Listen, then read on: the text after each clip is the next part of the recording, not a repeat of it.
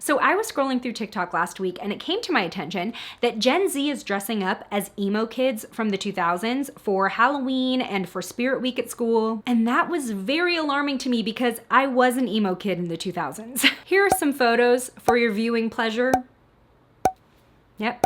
That's me. And I realized that this era and this aesthetic is their equivalent to what the 80s was for me. I dressed up for 80s parties or 80s day at school, and that blew my mind. And to be fair, it is a pretty fun and easy DIY Halloween costume. So if people are gonna do it, let a former emo kid show you how it's done. So today I'm gonna be showing you how to create this 2000s emo kid makeup look with, of course, all drugstore products, but I'll also be showing you how to create the emo hair without having the emo haircut. So we're gonna dive right in, but first, if you're new here, hi, my name is Miranda. Welcome to my channel where we talk all things budget beauty. If that sounds interesting to you, then become the newest member of the Slashed Squad by hitting subscribe and the bell icon. For this emo kid makeup look, we are going to be starting with the eyes since we're doing a very heavy black smoky eyeshadow look. As a base for my eyeshadow, I'll be using the e.l.f. No Budge Cream Eyeshadow in the shade Wispy Cloud. This is a white cream eyeshadow that works really well to bring out the pigment of eyeshadows, keep them crease free. I will also be bringing that under the lower lash line. Oop, and apparently on my cheek. That is why we are starting with the eyes. Before I go in with my black eyeshadow, I'm gonna start with a transition shade. I want a contrasting color for the black to fade into. I'm using the LA Girl Festy Bestie palette. This has all the shades inside that we need. And I'm gonna go into this shade, which is called Detour, because it looks like a roadwork sign. That's orange, I guess. And with a fluffy blending brush, I'm gonna start patting that in my crease and in the space above it. This is definitely a little bit glamified versus what I actually used to do, considering I was in beginning of high school when this style was popular. I definitely did not have the makeup technique and skills that I do now. So this is almost like what I wish I looked like when I was doing this style versus what I actually looked like. With a smaller blending brush, I'm gonna go into the same shade and push it on my lower lash line as well. I'm just trying to get that general shape going. Now, the best thing about this is that it really is for all skill levels because this can be the messiest makeup you've ever done and it will look right for the look. Okay, now I'm gonna tap into this black shade. This is called After Party, and I'm gonna press this on as much as I can. Try to minimize the sweeping, even though we don't have any face makeup on right now. It'll just make cleanup a little bit easier. This is going all over the lid and into the crease. I'm gonna take the smaller blending brush that we used on the lower lash line. It still has a little bit of the orange left. I'm using that to start buffing the edge of the black shade into the orange. So I'm just going at the border of that black eyeshadow, and as I blend it out and kind of overlap it with the orange is definitely going to darken. It's gonna start looking a little bit more muddy. It's gonna turn into more of like a haze behind the black eyeshadow versus like staying full strength, which is exactly what we want. Now, as I've blended, I've kind of picked up a little bit of black shadow from my lid, and we will go over that and deepen everything up after we're done blending. Now, if you feel like the black is kind of getting away from you, just go back in with the larger blending brush with the orange on it. You can kind of pat at the edge and that'll sort of help shape it up. Now that we've got that blended out, I'm going back on the lid with the black and really concentrating the color, kind of filling in any gaps we might have created with the blending brush. From here, it's time to tightline. I'm taking a black eyeliner. This is the Essence Extreme Lasting Eyeliner, and we're gonna go all the way around. So be sure to really darken that upper waterline from corner to corner and then bring it down onto the bottom as well.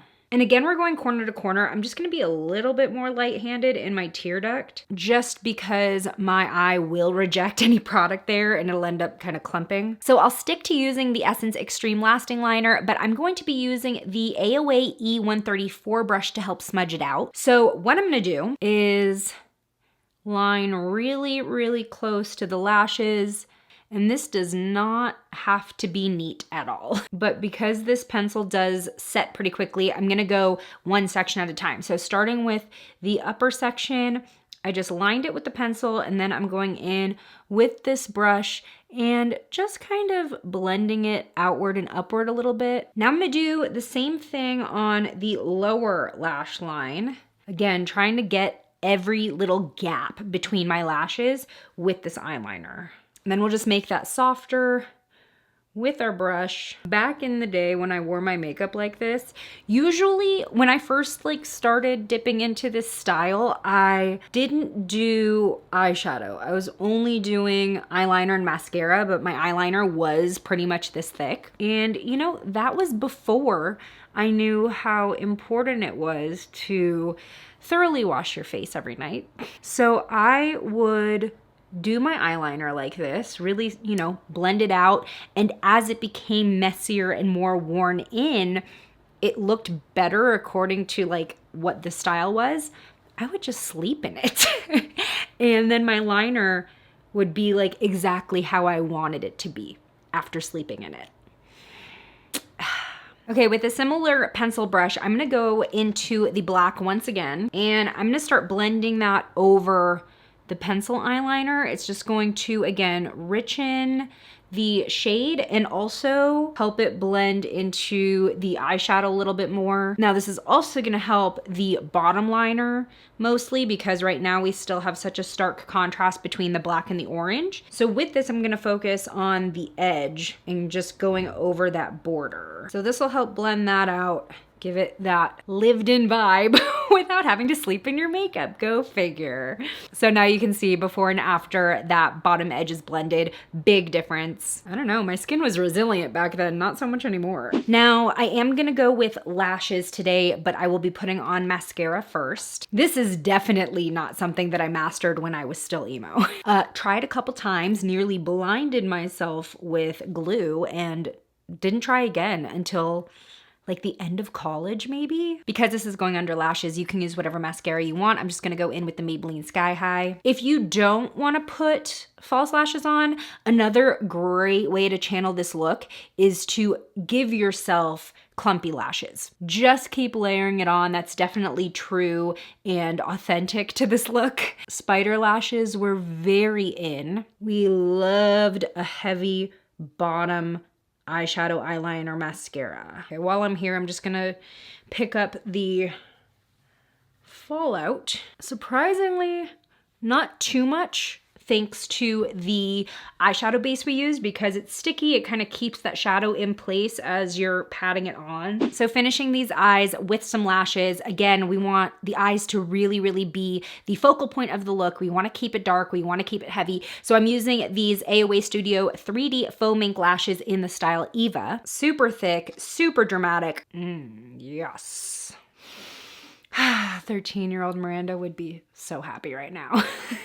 So now let's move on to the face. So again, if you want to keep it authentic, it's up to you how much you really want to commit, but this type of makeup look was very, very matte, including the skin, because matte foundation was just a trend in general in this era. I don't actually have any explicitly matte foundations anymore because they just don't look or feel great on my skin. What I'm gonna do is I'll go in with my normal foundation, which is the L'Oreal Infallible Fresh Wear, and then just powder it to kind of take away some of the radiance. But during this time, foundations like Maybelline Dream Matte Mousse, that was the standard. Just to give you an idea of how all of our skin looked. Very thick and cakey. So I'm just being pretty careful around the eyes so we don't clip any of our blending here. Also, you don't really have to worry about your under eyes with this type of look because any type of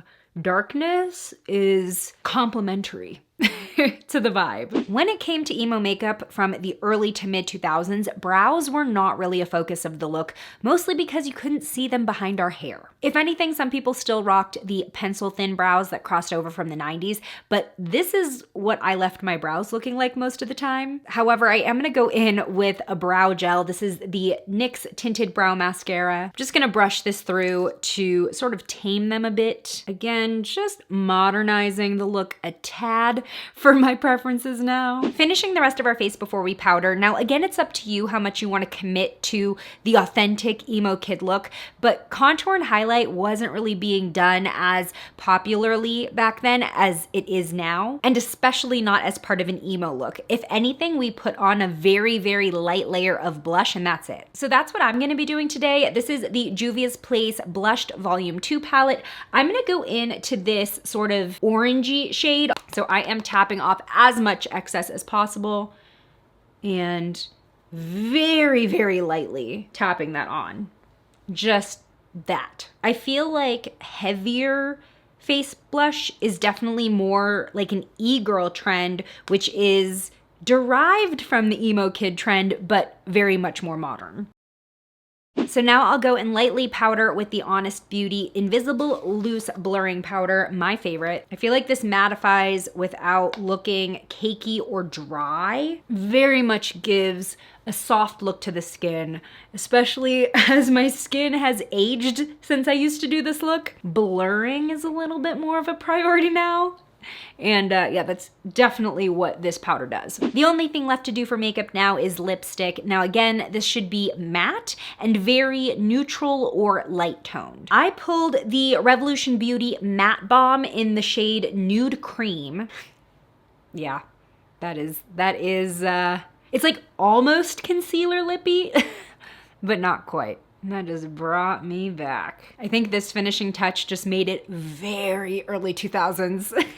Now I will say that this lipstick formula is not my favorite. It's just very classically matte feeling. So it does feel a little tight. It does feel a little dry. So exfoliating and putting on some lip balm ahead of time will just make this a little easier to wear. All right, the makeup is done. All that's left to do now is the hair and then getting dressed. So let's move to the bathroom. All right, time to tackle this emo hairstyle. Now, here's the thing. The haircut did most of the work when it came to emo hair and especially the bangs. So today I'm gonna do what I can without actually having bangs and definitely not cutting them. I did straighten my hair yesterday. I'm just gonna go through and touch up a few spots. You really want your hair to be as straight as possible.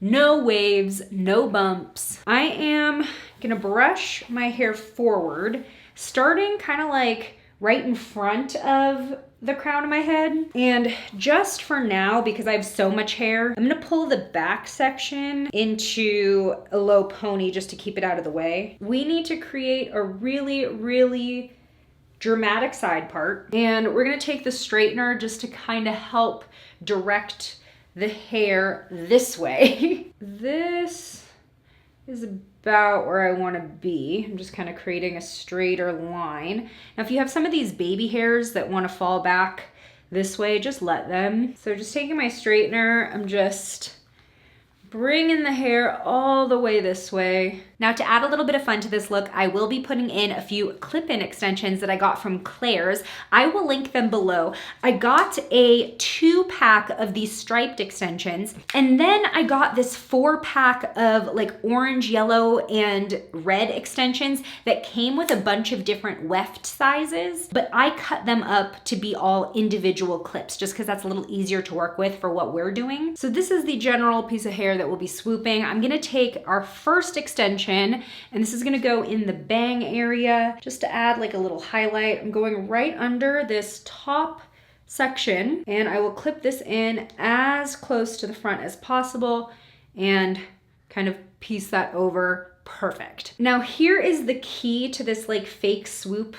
We want to layer it and swoop it so that it actually covers the side part. So that way I can stick more of these extensions underneath and you won't see the tracks. So this is gonna take a little bit of finessing, but basically I'm just gonna kind of pull it so that it is over that part, and also make sure that we are covering this track up here as well. I'm gonna pull some of this hair on the side away and back, and then this I'm going to twist slightly and pin behind my ear. I have pretty thick hair, so I'm gonna need a few of these bobby pins to really keep it in place. I'm crisscrossing them. Bring this hair forward that kind of covers up the bobby pins. I'm pulling slightly, not too much, just to make sure we got enough of that going on.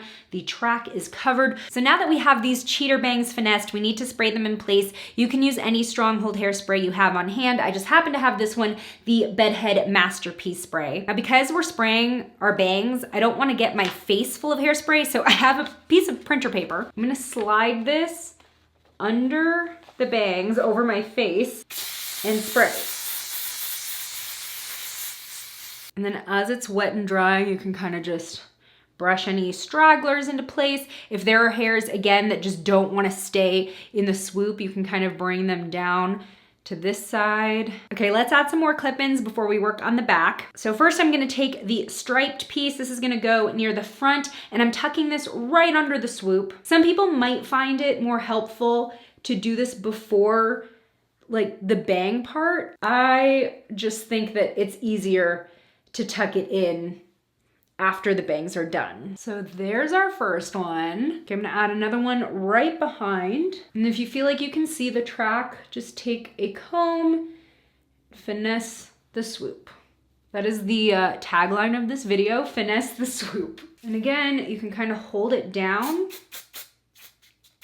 and just blast it with a little bit of hairspray. Now the left side's a little trickier because we've already got a lot of hair pinned on this side, and you know, I'm adding these clip-ins last, which is definitely not the traditional way of adding extensions, but I don't know, when I tried adding them first, I felt like I had to move them around a lot based on like how I clip my hair. So because we already have so much going on this side, I'm really just gonna tuck them in where they fit. So with this panel of hair that's hanging over my bobby pins, I'm just gonna lift up and find a root that I can clip this to. Again, putting in the stripes first as close to the front as possible, and that'll show through like that. And then on this side, I'm gonna add an orange and yellow piece right behind it. Make sure I'm not moving those clips, and then that's just gonna peek through as well. Now I will probably have to snip these extensions just a bit more. I did already cut a lot off of the length, but let's work on the back first. Okay, so from here, again, we're gonna be faking an element of the emo / scene kid hairstyle, because typically we would have really, really short layers up near the crown of our head that would spike out or just make this part look fuller. But since I don't have that cut into my hair, I will be doing some teasing. Just right behind where our swoop begins, I'm going to spray this and then start back combing. Is this good for your hair? Not really, but it is going to give you the volume at the crown that we need for this look. So you're just brushing your hair toward your scalp and creating that volume in back. So I'm gonna do that all around my head. God, this is gonna be a nightmare to brush and wash out. Okay, so there's only so much we can do again without having the actual haircut, but as you can see, we've definitely lifted and volumized this crown area. So all that's left to do is to snip a little bit off of these extensions and get dressed. So I will admit that this hair starts to slightly lean in to scene kid territory, although there were trends that sort of overlapped both aesthetics. And I did go in my closet and dig out some authentic emo clothing pieces. I have my Warped Tour 2009 t-shirt. Super happy that I still own this. And then I have my Clandestine Industries hoodie. This was Pete Wentz from Fall Out Boy's clothing brand. These items were literally what I wore to high school, but if you weren't around during that era or this was not your style during that era, here are some other ideas that you can piece together for this DIY Halloween look. Literally any band t-shirt will do. Hoodies are a must. Studded belts, fishnets, fingerless gloves, and also anything and everything Jack Skellington. Another fun touch would be adding some fake jewelry as lip rings. Here is what that would look like. Now, I'm really sensitive to fake jewelry, so this is not necessarily something that I could wear all night, but if you can, it definitely ties the look together. I have one more Halloween tutorial coming up this month, a little bit more advanced, but very fun, so keep your eye out for that. Today's shout out goes to Spark. Thanks for being a member of the Slashed Squad, and check out this Halloween tutorial next to become the modern day Cruella de Vil. I'll see you over there. Bye!